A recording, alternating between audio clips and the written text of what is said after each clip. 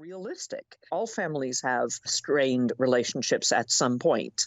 So, in some ways, ironically, it is making the British royal family connect even more so because they are like us. They have fights, they have disagreements. So, oddly enough, even though the publicity hasn't always been positive, it has conveyed a royal family around the world that looks like my own family, if you like. And is the brand going to be as strong in all countries around the world, or are there countries where the brand won't be as strong?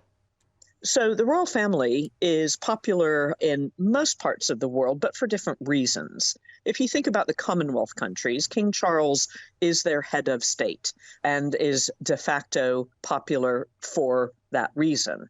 In other countries, such as the United States, he is, and the royal family generally, are still a brand, but it's different because we really like the fantasy of having a royal family or having nobility because we don't have it. So they're popular for different reasons, and that's part of the art of how the royal family continue to stay relevant, is knowing where does that source of relevance come from, depending on where in the world you are. And in terms of monetising that brand, the royal family bring in money to the UK, but also businesses will capitalise on that, won't they, by making memorabilia or whatever it might be?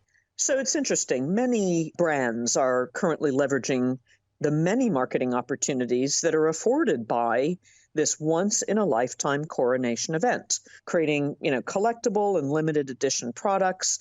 You have the Charbonnel and Walker chocolate box in the shape of a crown. You have porcelain mugs and tea sets. You also have this interesting phenomenon called the Royal Warrant. So there are over 800 companies in the UK that hold a royal warrant, which is more or less a license to operate, an endorsement by the royal family. And so well-known brands such as Burberry, such as Barbour, Fortnum and Mason, Penhaligon's, they and several others use this royal seal of approval to amplify their Britishness and to make the most of the fact that they have global opportunities because the world sees British goods and services as very high quality, high craftsmanship. So this coronation gives these companies a fantastic chance to hitch their wagon to a rising star in the form of a new king. You are a branding expert, and I just wonder what advice you may have for the royal family as they move forward from now in this kind of new era and a new king. I would strongly recommend that King Charles, Queen Camilla, and all of the working royals continue to do the hard work that they do. They don't need to remind the world that they are part of the British royal family. That's very obvious.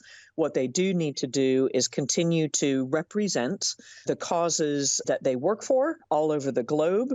And in so doing, through their work, their brand is recognized. It has a knock-on impact on how the world sees Britain.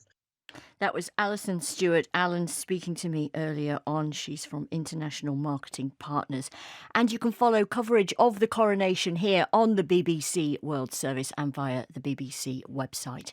That's all we have time for today. Thank you very much for listening. The producer was Peter McJob. My name is Sam Fennick. Have a fantastic, relaxing weekend.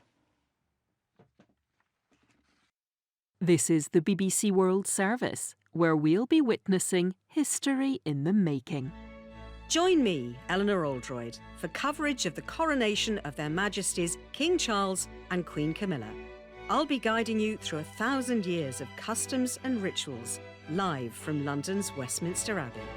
The coronation of Their Majesties King Charles III and Queen Camilla, Saturday from 9:45 GMT. At bbcworldservice.com, The Conversation. A Paralympian wheelchair rugby player who won gold for Great Britain speaks to a Danish athlete who plays for her national team about their love for wheelchair rugby, a sport renowned for its intensity. They'll discuss how to excel at it and why more women are taking up the sport. This is the BBC World Service, the world's radio station.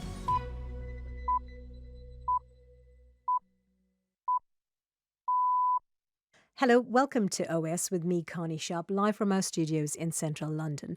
2 shootings in just 1 week in Serbia. 8 people were killed in the latest shooting. 14 were injured. The attack happened shortly after midnight local time near a village not far from the capital, Belgrade. The shooter opened fire from a moving car. He was arrested in the early hours of Friday morning, following an extensive search by police. Now, on Wednesday, a 13-year-old boy killed 8 of his classmates and a security guard at a school also in the capital city. Mass shootings in Serbia are extremely rare, which has very strict gun laws, but gun ownership in the country is amongst the highest in Europe. Speaking at a news conference after the attack on Friday, the country's president, Alexander Vučić, called the shooting an attack on us all and pledged the practical disarmament of Serbia. We'll get reaction from Serbians. BBC News with Sue Montgomery.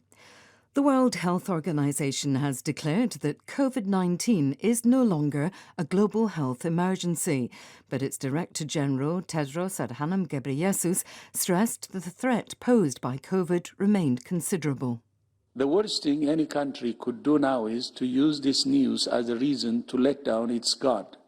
What this news means is that it's time for countries to transition from emergency mode to managing COVID-19 alongside other infectious diseases. Dr. Tedros warned that the pandemic had turned the world upside down, causing almost 7 million confirmed deaths, though he said the true figure was likely to be 3 times that number.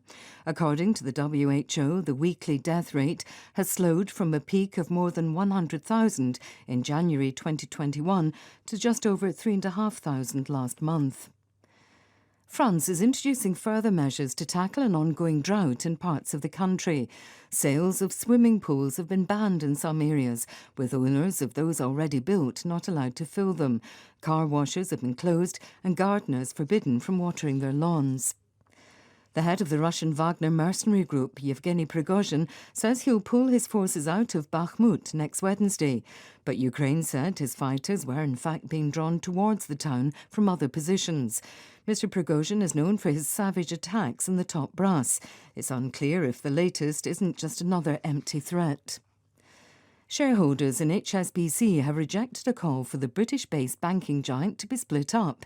HSBC's biggest stakeholder, the Chinese insurance firm Ping An, had supported an initiative to turn the bank's Asian business into a separate entity. Here's Theo Leggett. The board of HSBC had a rough ride at the meeting, repeatedly heckled by climate protesters and facing harsh questioning from the floor. But the resolution on the company's future, supported by one of its largest investors, the Chinese group Ping An, was soundly defeated. Hong Kong-based shareholders had claimed the profitable Asian operation was subsidising weaker parts of the business and needed to be set free from the requirements of UK regulators. But executives insisted such a move would be complex, very costly, and take years to complete. Serbia is embarking on a push to disarm the country after 2 mass shootings within 48 hours. President Alexander Vučić said no new gun permits would be issued. Da pripremi izmene i dopune Zakona o oružju i municiji.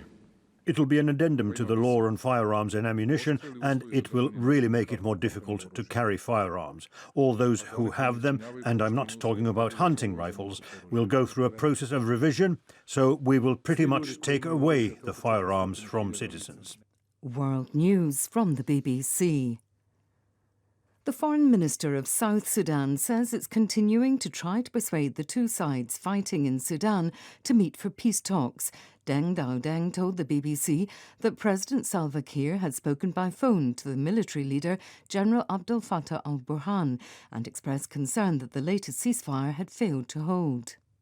We hope that particularly General Burhan, who is actually the president of Sudan, he will take responsibility as a leader of the Sudan, together with General Hemeti, to be able to stop this particular war as soon as possible.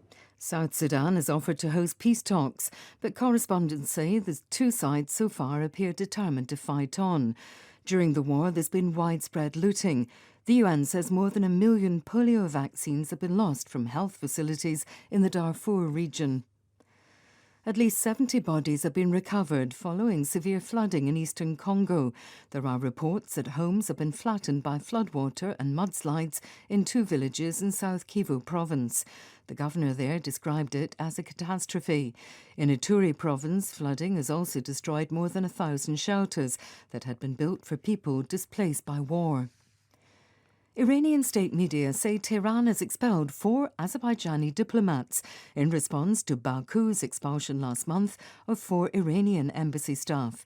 Azerbaijan had accused the Iranians of carrying out activities incompatible with their diplomatic status. Relations between the two neighbours have long been strained. Iran has criticised Azerbaijan's relations with its rival Turkey.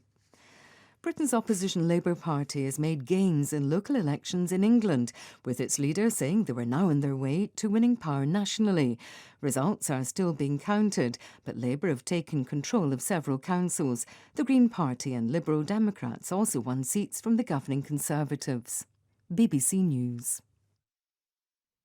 Hello and welcome to OS with me, Connie Sharp. It's really good to have your company. We'll get an update on Sudan in a moment to find out what's the latest from the country. But we begin this edition of OS in Serbia, where a 21-year-old man has been arrested following the country's second mass shooting in a week. Now, at least 8 people were killed and several others injured in the attack, which took place shortly after midnight near a village about 60 kilometers south of the capital, Belgrade. Earlier this week, a 13-year-old boy shot 8 of his classmates and a security guard at his school, also in Belgrade. To find out more, let's bring in our correspondent, Alexander Miladinovic, who is following the story in